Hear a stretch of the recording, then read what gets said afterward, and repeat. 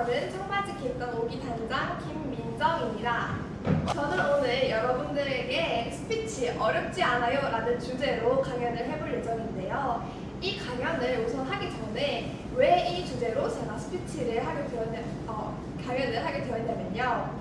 우리 지난 여름 캠프였죠. 학생 9명이 이제 여름 캠프 때 학생 강연을 한 바가 있는데, 그때 이제 스피치를 준비하는 학생들이 조금 대부분의 학생들이 많은 어려움을 갖고 있다는 것을 제가 알게 되었어요. 그래서 조금 정리해서 자신 있는 스피치 생활을 위해서 여러분들께 조금 알려드리려고 이 강연을 하게 되었습니다. 우선 오늘의 강연이 어떻게 흘러갈 거냐면요. 자기소개와 그리고 스피치란 무엇인지, 스피치를 어떻게 준비하면 좋을지에 대해서 먼저 살펴보고요. 그 다음에 스피치가 이제 어떤 건지 알았으면 우리가 이제 같이 원고를 작성해 봐야겠죠. 원고를 작성할 때 간주법과 연습을 어떻게 할지, 그리고 발음이 걱정인 친구들을 위해서 어떻게 연습을 하면 좋을지에 대해서 알려줄 예정이고요. 이제 원고를 작성해서 다 연습을 했어요. 그러면 이제 무대에 올라가야겠죠. 무대에 올라갔을 때 어떤 동작을 하면 좋은지, 손은 어떻게 유지를 하는지에 대해서 살펴볼 예정이고요. 무대에 올라갔을 때 좀 많이 긴장되고 떨리는 친구들이 간혹가다 있어요. 그런 친구들에게 무대의 공포증을 완화하는 방법을 지금 알려드리려고 합니다. 그럼 먼저 제 자기소개부터 해드리도록 할게요.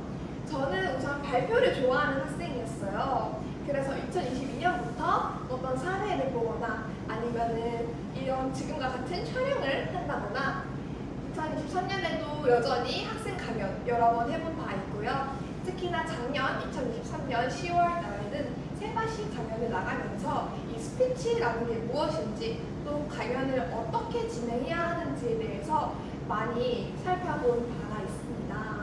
그래서 오늘 저는 제 경험을 토대로, 그리고 세바시에서 강연 받았던, 제가 교육받았던 그 자료들을 약간 좀 되살려보면서 여러분들께 알려드리려고 해요. 그러면 스피치란 무엇인가에 대해서 좀 살펴보겠습니다. 스피치란 무엇인가라고 했을 때, 스피치라는 것은 자신의 생각과 느낌을 상대방에게 목적에 맞게 잘 전달하는 것이라고 생각하는데요. 이렇게 두리뭉실하게 말씀을 드리면 여러분들이 좀 스피치를 준비하실 때 어려울 수도 있어요. 그래서 스피치를 준비를 어떻게 하는지에 대해서 이렇게 잠깐 살펴보면 이 스피치가 무엇인지 조금 더 깨달을 수 있을 거예요. 우선 스피치를 준비하는 가장 첫 번째 단계는 저는 한 문장을 정하는 거라고 생각을 하거든요. 여러분들이 말하고자 하는 내용을 단 한 문장으로 정리해 보는 것입니다. 예를 들어서 여러분들이 자원봉사를 대중에게 추천하고 싶어요. 그러면 자원봉사 해보자 라는 것을 한 문장으로 딱 정리할 수 있겠죠. 오늘 저 같은 경우에는 스피치 어렵지 않아요? 라는 한 문장을 딱 정리하겠습니다. 그 외에도 여러분들이 말하고자 하는 내용을 한 문장으로 딱 정리해 놓고 나서 스피치 준비를 시작하게 된다면 좀 원활한 스피치 진행이 될 수 있을 것 같아요. 그 다음에 스피치를 준비할 때에는 여러분들 소설 읽어보셨죠? 소설에도 스피치에도 단계가 있는데요. 3단계 구성 방식입니다. 그래서 오프닝으로 여러분들의 스피치를 좀 청중들한테 많이 듣게 잘 호응을 유도하고요. 스토리로 재미있는 본론, 그리고 메시지를 잘 전달할 수 있는 어떤 에피소드 같은 걸 넣어준 다음에 클로징, 인상 깊은 뭔가 감동이 남는 그런 클로징을 해주는 게 좋습니다. 그래서 이제 스토리텔링을 그 3단계 구성 방식 중에서 두 번째인 스토리에 이 스토리를 어떻게 좀 잘 구성을 해볼까에 대해서 좀 더 고민을 같이 해보자면요. 스토리텔링 정하기가 있습니다. 그래서 주인공과 갈등이 있는 거죠. 그래서 이 스토리를 이렇게 진행을 하면서 주인공과 갈등이 이렇게 있는데 그 갈등을 해소해주는 어떤 요소가 있는 거예요. 그래서 그 요소를 뭔가 잘 이렇게 나열을 하다 보면은 메시지를 뚜렷하게 보여줄 수 있는 에피소드가 나열을 할 수 있게 됩니다. 조금만 더 자세하게 보도록 할게요. 일단 오프닝 아까 열어야 한다고 했잖아요. 이 첫인사는 반드시 굉장히 중요합니다. 왜냐하면 청중들이 여러분들의 스피치를 들을까 말까 결정하는 순간은 첫인사에 있거든요. 그래서 첫인사 반드시 중요하고요. 첫 인사를 어떻게 열까, 오프닝을 어떻게 열까 고민하는 친구들에게는 이 10가지의 단어를 추천드립니다. 칭찬.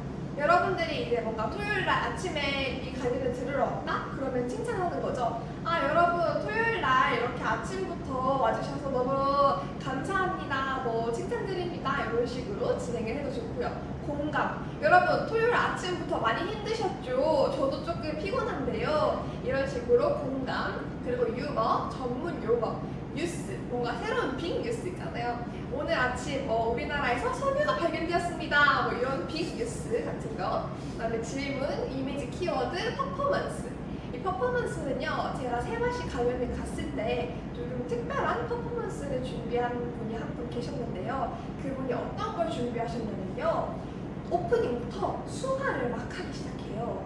그러면서 자기는 자원봉사에 대해서 뭔가 수화를 하면서 자원봉사를 했었다, 이런 경험을 스피치로 말씀을 하시는 거예요. 근데 이 수화가 음악이랑 같이 퍼포먼스로 들어가다 보니까 청중들이 어떻겠어요? 관심이 확 쏠리죠? 네, 그런 퍼포먼스나 게임 같은 것들이 있습니다. 그리고 이쪽에 먼저 보시면요, 스토리텔링 순서입니다. 진짜 세상에 하고 싶은 것이 무엇인지 딱 한 문장으로 정해보는 그런 과정을 좀 거치면 좋고요. 그리고 그 에피소드, 뭐 예를 들어서 제가 자원봉사를 여러분들에게 권유하고 싶어요. 그러면 그 에피소드, 저 같은 경우에는 청바지 기획단이 있겠죠? 그런 에피소드들을 이렇게 톡톡톡톡톡 나열을 해줍니다. 이제 나열 다 했으면 그 중에서 이렇게 한 번, 두 번 읽어보고 조금 임팩트 있는 에피소드로 구성을 하는 것이 좋아요. 그리고 이제 제목과 같은 키 컨셉을 하나 만드는 게 좋은데요.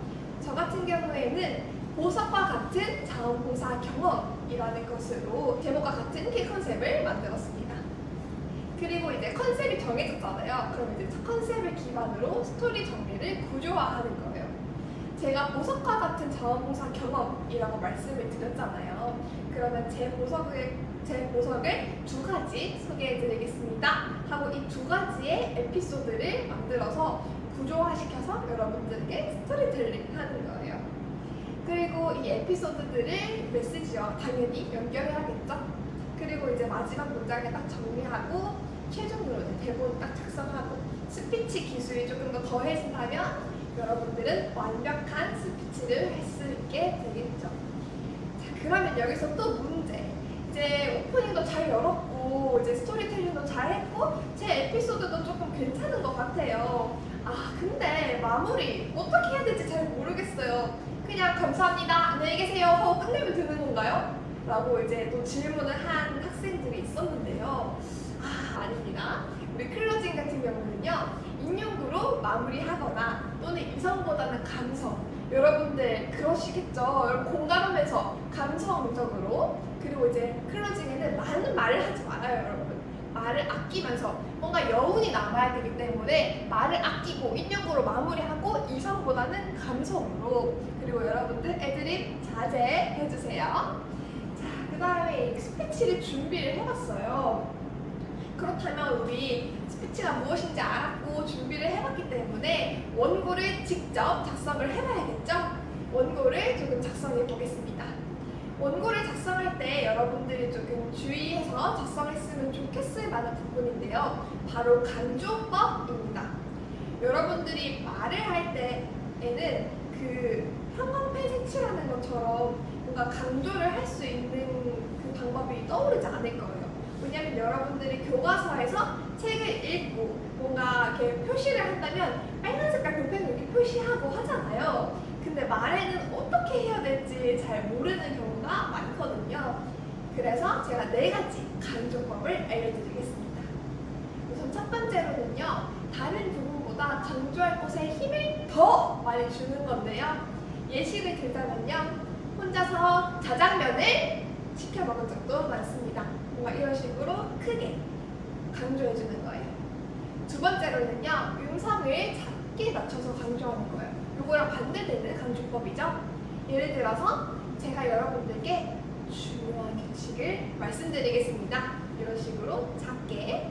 세 번째로는요, 강조하고자 하는 부분의 말을 천천히, 뭔가 낮춰서 하는 거랑 비슷하다고 느낄 수도 있어요. 그래도 뭔가 게 아니니까요. 예시를 들어보자면요.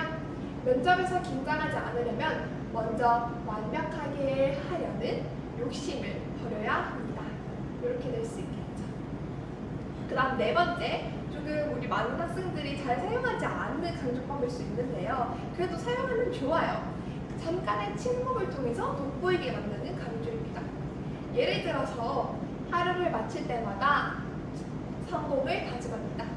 이런 식으로.